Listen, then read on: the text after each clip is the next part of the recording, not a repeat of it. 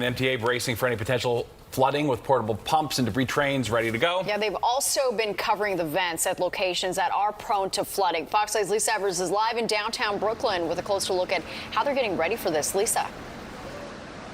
Well, Natasha and Steve, I just checked again with the MTA just a few moments ago, and they said so far as this rush hour is now in full swing, no delays with the subways, no problems with any type of flooding. One reason they took a proactive approach this time around.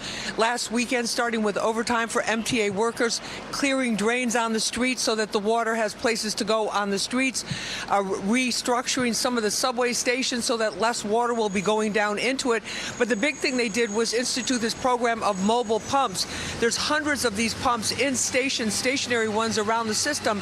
What they have done is deployed over 300 mobile pumps that can be sent to any area or any station where there's one of these flash floods or these flash rainstorms that we've been seeing, and that the MTA chairman said this is the new reality they have to deal with. So take a look at some of this video. You can see these pumps.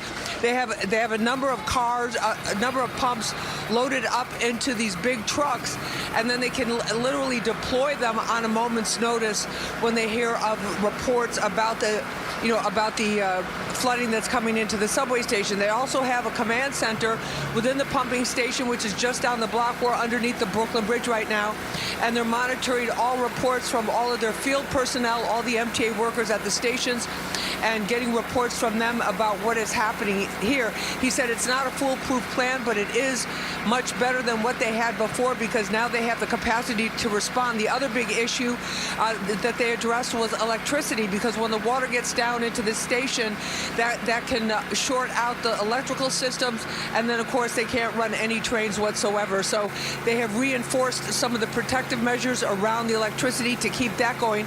But just take a listen now to MTA CEO John Lieber. Here's what he had to say. Priority number one is getting the water out of the system. We do this every day.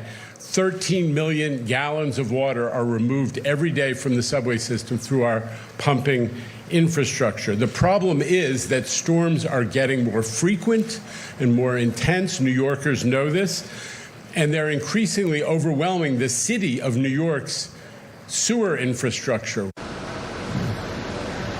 And if you're worried about your morning commute, especially since we don't know what's going to be happening tonight, he said get the MTA app. You can customize it to your location, your route, and get real-time updates about subway service.